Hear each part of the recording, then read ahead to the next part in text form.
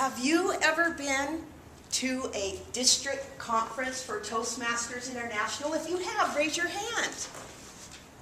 I had only been in competition. Dave has been to several district championships, and that's where they do it.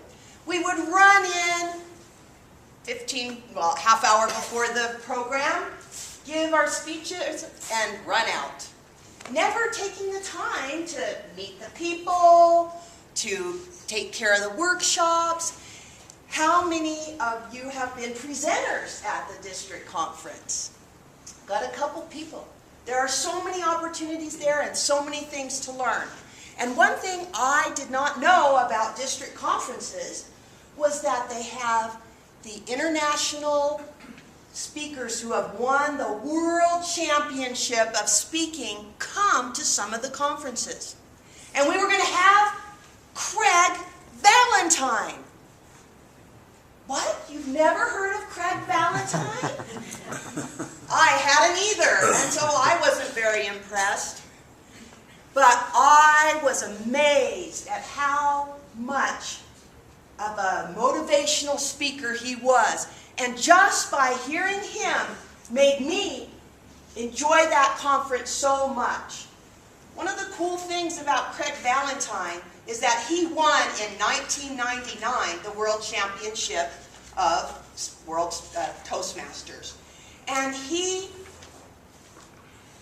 is a very interesting man. He's pretty tall. He's a black guy. He has had so many wonderful experiences that when he won in 1999, he was going through the airport and he had this huge trophy in his hand. And people were just looking at him and wondering what great thing he had done. But up until that point, he'd just been a Toastmaster, just like you or I.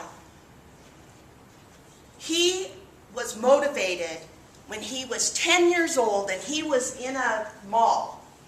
And he saw one of his neighbors coming by. Hey, neighbor! Hey! They were talking. The man looked down at Craig and he goes, you know, you really have a funny way of talking. You have a lisp. Craig was, well, I have a lisp? For 3 years, he didn't hardly speak at all. He was so upset at that neighbor. And then suddenly it got in him that all he ever wanted to do in his life was to be a motivational speaker. And so that was his goal. He did not let that neighbor's comment force him into a role. So he worked, and he practiced, and he practiced, and he worked, and he found out about Toastmasters, and then that became his goal. And he won. And he went on from there to today. He is speaking over 200 days a year, which does take a lot away from his family, but then it gives him a lot of opportunities to inspire people and to help them to find their way as speakers. He saw his neighbor years later, after he had won the world championship, and there had been a big article in the newspaper that had been written up about him. The neighbor saw him. Hey, neighbor. Hey. That's an amazing accomplishment you did. He goes, but I could not believe that someone told you when you were 10 that you had a lisp. Craig was just overwhelmed. He was like, all those years of anger. But he could not really tell and let that anger out to him. Because really, in a way, that neighbor's comment made him who he was that day. And he said, well, you know, neighbor, it was you that said that comment. He was, no, I could not. You are an amazing person. And if I did, I'm sorry. Craig, in one way, wanted to just rip into this guy and really let him know his feelings, but he did not. And he really looked beyond the anger into his heart of hearts and found that that was part of his motivation.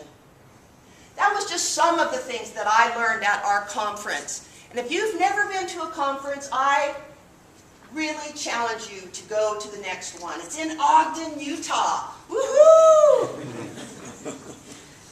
The best thing about the conference is the people.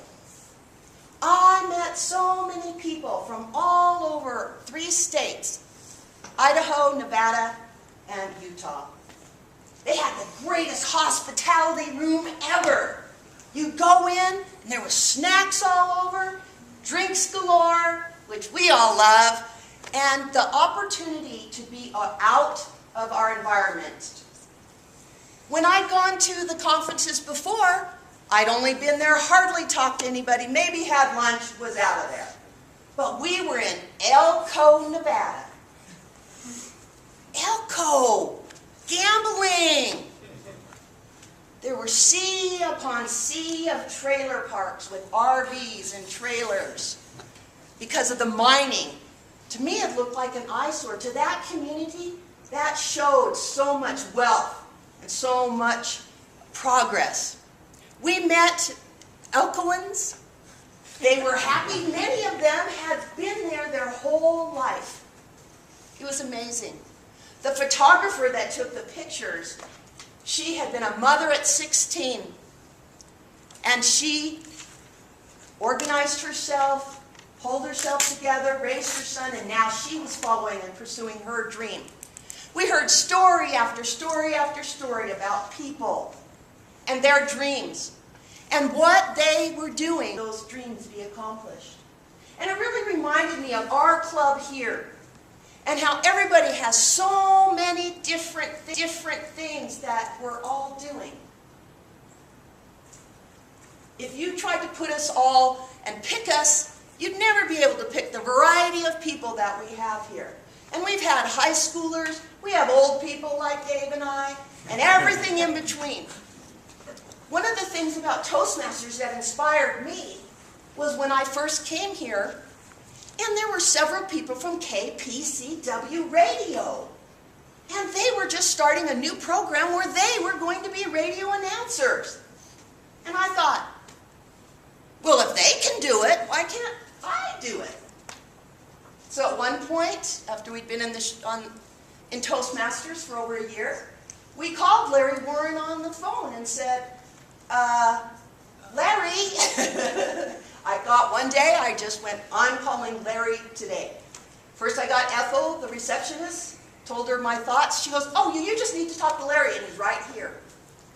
You can imagine my stomach just doing flip-flops. I hadn't really planned on what I was going to say. I was even at my other daytime job. But I just laid out my heart to Larry over a couple minutes. I was sure he was going to be so excited. Stories? Telling stories? Are you going to read them? Will people even listen? I assured him that there had been a revival in Story and he was going to be amazed. They gave us this $1 million Ford, gave us about 15 minutes of instruction, and then Dave and I, who are the not-so-good techies, had to figure out how to put on a radio show and produce it and create it and make it interesting.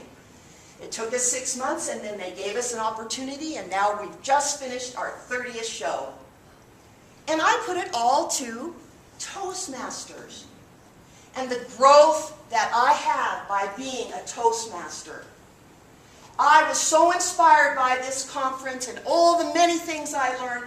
I have this notebook that's just filled with wonderful things that I learned that I can take away and use.